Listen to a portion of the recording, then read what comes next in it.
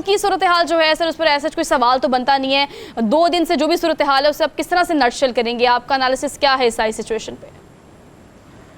जी, बहुत ख़राब है सूरत हाल। अगर आप ब्रीफली देखें तो एक ऐसे मुल्क में जो इकोनॉमिकली बिल्कुल कोलैप्स के करीब है, वहाँ अगर पॉलिटिकल कोलैप्स भी हो जाए और इंस्टीट्यूशनल कोलैप्स भी हो जाए, तो फिर ये आप पाकिस्तान को फेल्ड स्टेट होने से नहीं बचा सकते।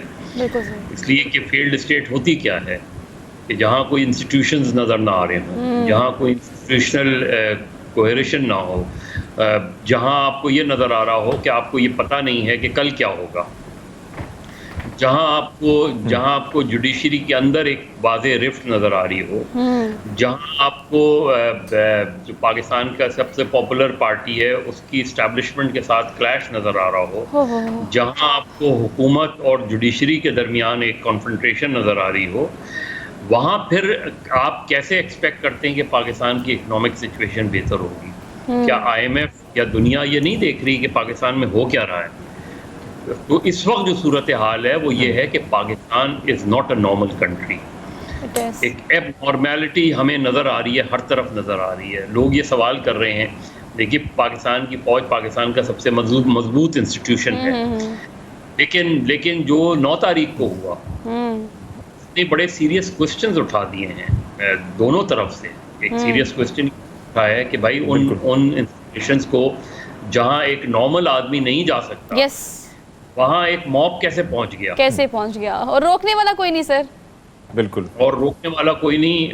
अगर आपने ISPR का हम प्रेस रिलीज देख भी लें तो उसमें ये बात ठीक है कि फौज अवॉइड करती है कि अगर कोई मॉब जो है वो उनकी तरफ बढ़ता है तो उसको जाहिर है उनके पास चॉइस कोई नहीं होती। अगर वो सामने खड़े हो जाएं और उन पे अटैक हो तो उनके पास गोली चलाने के अलावा कोई नहीं है, तो उन्होंने उसको अवॉइड किया। लेकिन क्या वहाँ पैरामिलिट्री रेंजर्स नहीं तैनात की थी?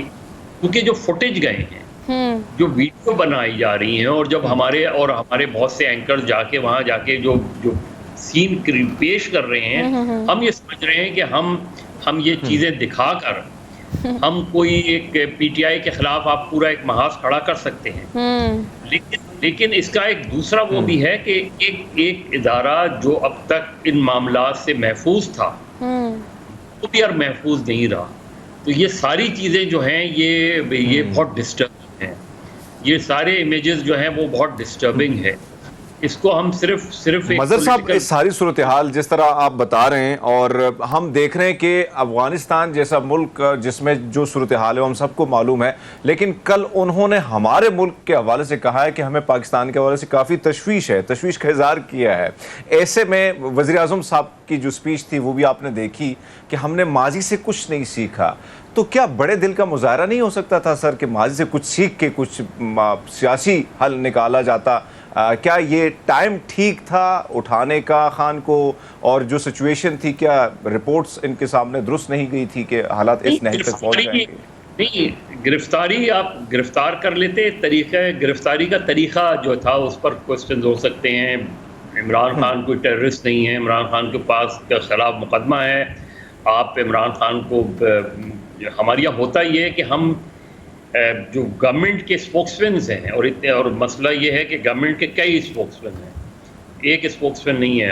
हर 1 घंटे बाद कोई स्पोक्समैन आके प्रेस कॉन्फ्रेंस कर रहा होता है। अब मुझे नहीं पता कि गवर्नमेंट के स्पोक्समैन मरियम औरंगजेब हैं, गवर्नमेंट के स्पोक्समैन असा ताड़र हैं, गवर्नमेंट के स्पोक्समैन अजीम ताड़र हैं, गवर्नमेंट के स्पोक्समैन तलाल चौधरी हैं, एहसन इकबाल हैं, कौन है? तो हर एक मुख्तलिफ अंदाज में। तो आप जब इतने सारे स्पोक्समैन बोल रहे होते हैं तो जो दूसरा फरीक है जिसके खिलाफ बोल रहे होते हैं उसको सियासी तौर पे वो फ़ायदा पहुंचा रहे होते हैं, क्योंकि लोग फिर रिएक्ट करते हैं। लोग उसके तो अगर एक ही तर्जुमान हो और एक ही पॉलिसी स्टेटमेंट हो तो बड़ा बेहतर होता है।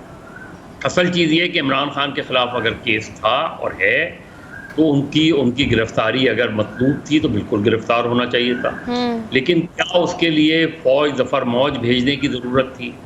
आप इस्लामाबाद हाई कोर्ट उनकी गिरफ्तारी पे उसी वक्त फैसला देता कि कानूनी गिरफ्तारी है और वो अपने आप को गिरफ्तारी के लिए पेश कर दें। वो जाके उनको चंद पुलिस स्कॉट में जाके वो अपने वैन में बैठते, उनको ले जाते उसमें। जब आप एक सीन क्रिएट करते हैं तो आज के सोशल मीडिया के दौर में, वो कि हमारे यहाँ इस वक्त पाबंदी है पिछले चंद दिनों में और पता नहीं कब तक रहेगी, दुनिया में जो फुटेज गई, पूरी दुनिया में जो उसकी फुटेज गई, उसका एक नेगेटिव इम्पैक्ट आया। और उसके बाद जो कुछ भी हुआ उसकी कोई जस्टिफिकेशन नहीं है जिस तरीके से, क्योंकि ऐसा लगा कि एक ख़ास इंस्टीट्यूशन को टारगेट किया गया और एक ख़ास इंस्टीट्यूशन को ही अटैक किया गया। हर शहर में कोशिश की गई कि उन्हीं पर अटैक किया जाए। ठीक है sir, there is no justification, आप बिल्कुल ठीक कह रहे हैं। लेकिन कल सर अगर बात की जाए तो आपको पता है शहबाज शरीफ ने भी खिताब किया, इसके अलावा DG ISPR ने भी कहा कि अब जो कॉन्सिक्वेंसेज होंगे उसके ज़िम्मेदार आप खुद होंगे, जो भी आवाम बाहर निकल कर इमलाक को नुकसान पहुँचा रही है। सर इमरान खान का भी कल जो वकील से गुफ्तगू हुई, उसके बाद वकील ने भी प्रेस कॉन्फ्रेंस की, उनका भी ये कह रहा था कि बहुत चाहे मैं आवाम को ये पैगाम देता हूँ कि मार्शल लगे या कुछ भी हो, आपने डटे रहना है। जो कॉल उनकी तरफ से दी जा रही है, जो आवाम कर रही है, उस पर आप क्या रिएक्ट करते हैं? They are doing like okay with this? देखिए, मुझे नहीं पता इमरान खान साहब की तरफ से कोई कॉल आ रही है या उनके भी हाफ पे कोई कॉल दे रहा है, क्योंकि इमरान खान तो कस्टडी में है। कस्टडी से ये चीजें कैसे आ रही हैं? बिल्कुल। तो असल चीज़ ये है, और ऐसा लग रहा है कि PTI की जो सेकंड टियर लीडरशिप भी अगर गिरफ्तार हो गई है, तो PTI ने, अब मुझे नहीं पता कि PTI ने इमरान खान जब जा रहे थे इस्लामाबाद आ रहे थे तो उन्होंने वीडियो कॉल तो रिकॉर्ड की थी कि उन्हें गिरफ्तार किया जा सकता है, लेकिन क्या PTI ने अपनी plan B, plan C, plan D बनाया था? नहीं बनाया था, क्योंकि इस वक्त जो ग्राउंड पे लग रहा है वो लीडरलेस मूवमेंट लग रही है।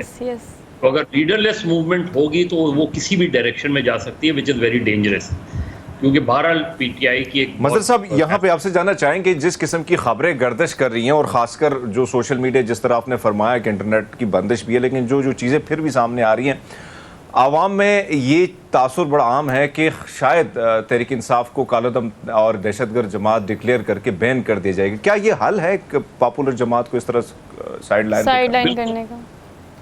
बिल्कुल भी नहीं हल है, और हमें सबक सीखना चाहिए। नेशनल अवामी पार्टी पर पाबंदी लगी तो नैप ख़त्म नहीं हुई, वो एक नई शक्ल में सामने आ गई। जब आपने MQM लंदन पर गैर एलानिया पाबंदी लगाई तो MQM ख़त्म तो नहीं हुई, वो अपनी जगह जब भी आप उसे मौका देंगे। और मसला यही है, इतने सालों में ना उनका ट्रायल होता है, ना उन पर ऑफिशियली पाबंदी लगाई जाती है। आपने तय कर लिया कि इनको काम नहीं करने देना। अब ये कोई जमहूरी तरीक़ाकार नहीं है। आपने किसी को कलदम करार देना है, आप सुप्रीम कोर्ट में रेफरेंस फाइल करें, सुप्रीम कोर्ट में आर्गूमेंट करें, लेकिन पाकिस्तान की सियासी तारीख इस चीज़ की गवाह है कि पाबंदियां मसले का हल नहीं होती। आप जितनी पाबंदी लगाएंगे उतना वो पार्टी की सिंपैथी बढ़ेगी। जितना आप इस तरीके से बहुत ज़्यादा मिस हैंडलिंग हुई है इस सारे पिछले 1-1.5 साल में, उसमें और रिलीफ आप सिर्फ गवर्नमेंट लोगों को अपना हमनवा सिर्फ उस सूरत में बना सकती थी कि अगर उन्हें इकोनॉमिक रिलीफ दिया जाता। तो एक तरफ आप लोगों को रिलीफ भी नहीं दे रहे, आप इकोनॉमिकली आपसे सिचुएशन भी नहीं कंट्रोल हो रही, और आप एक दूसरी पार्टी को जो पाकिस्तान की इस वक्त सबसे पॉपुलर पार्टी है उसको आप क्रश करने पे लगे हुए हैं। तो ये चीज़ तो कभी भी सिस्टम के लिए बेहतर नहीं होगी। लिहाजा पाबंदी लगाना मसले का हल नहीं है। साहब, आपने रिलीफ की बात की तो एक तरफ तो मुआशी बहरान बहुत ज़्यादा बढ़ चुका है। इंटरनेशनल जितने भी अखबारात आ रहे हैं, जितने टेलीविज़न हम देख रहे हैं इस वक्त बाहर के, उसमें IMF ने शदीद तशवीश का इजहार किया है।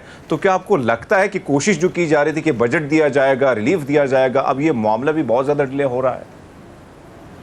बहुत ज़्यादा ख़राब हो गया है, सूरत हाल बहुत ज़्यादा ख़राब हो गई है, और मुझे नहीं, बहुत ही हम गैर यकीनी सूरत हाल में चले गए हैं। अब आई डोंट नो कि पाकिस्तान किस तरह इस सूरत हाल से बाहर आएगा, क्योंकि political uncertainty leads to economic uncertainty, और अगर ये दोनों अनसर्टेनिटी बरकरार रहेंगी तो मेरा ख्याल है इसका सबसे बुरा असर आवाम पर पड़ेगा, जो कि पड़ रहा है। सर बाहर दुनिया की अगर हम बात करें, इंडियन चैनल्स आपको पता है they are literally celebrating all this victory kind of thing ना। और अगर हम UK प्राइम मिनिस्टर की बात करें तो उन्होंने कहा कि पाकिस्तान का इंटरनल मामला है, लेकिन आलमी दुनिया में भी आपको पता है कि काफ़ी ज़्यादा एहतजाज रिकॉर्ड कराए जा रहे हैं। लंदन की सूरत हाल भी आपके सामने है। सर अभी मुल्क में जो हमारी सूरत हाल है, अवाम बीइंग एनालिस्ट, आपको पता है अगर आप सियासी सूरत हाल पर तज्जिया देते हैं या माशी सूरत हाल पर देते हैं तो ठीक, लेकिन आम आवाम को बीइंग एनालिस्ट जो आपने इतनी नज़र रखी इतनी हुकूमतों पर, आप क्या सजेस्ट करते हैं कि इस वक्त जो हम देख रहे हैं कन्फ्लिक्ट वो दो लोगों के दरमियान है, एक इदारा खड़ा हुआ है सामने हमारे और एक अवाम खड़ी हुई है, ये सूरत हाल अभी सर फिलहाल है? डिस्टर्बिंग है ना, मैंने पहले ही कहा ना, सिचुएशन डिस्टर्बिंग है। ज़ाहिर है इमरान खान की ओवरसीज सपोर्ट बहुत है। जब तक आप चीज़ों में क्लैरिटी नहीं लाएंगे, इमरान खान पे अगर केस है तो उस केस को चलाएं, तेज़ी से चलाएं, उनको फेयर ट्रायल दें, उनको ये यकीन दिलाएं कि आपका फेयर ट्रायल होगा। ये सारी चीज़ें कर कर आप चीज़ों को आगे बढ़ा सकते हैं, क्योंकि आपने बहरहाल लोगों को ये बताना है। आपने इकनॉमिक रिलीफ तो मुझे अभी देता हुआ नहीं लग रहा है। अगर आप ऐसा बजट देंगे कि जिसमें आप जो है रिलीफ देंगे, वो क्या IMF उस चीज़ को मानेगी, नहीं मानेगी? हम एक ऐसी बंद गली में आ गए हैं कि जहाँ से निकलने का हमें रास्ता नज़र नहीं आ रहा।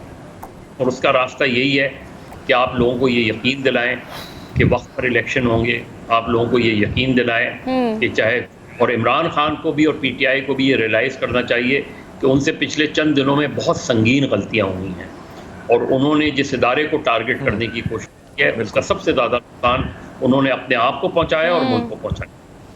ठीक कह रहे हैं मलिक साहब, बहुत आपके वक्त का आपने वक्त दिया।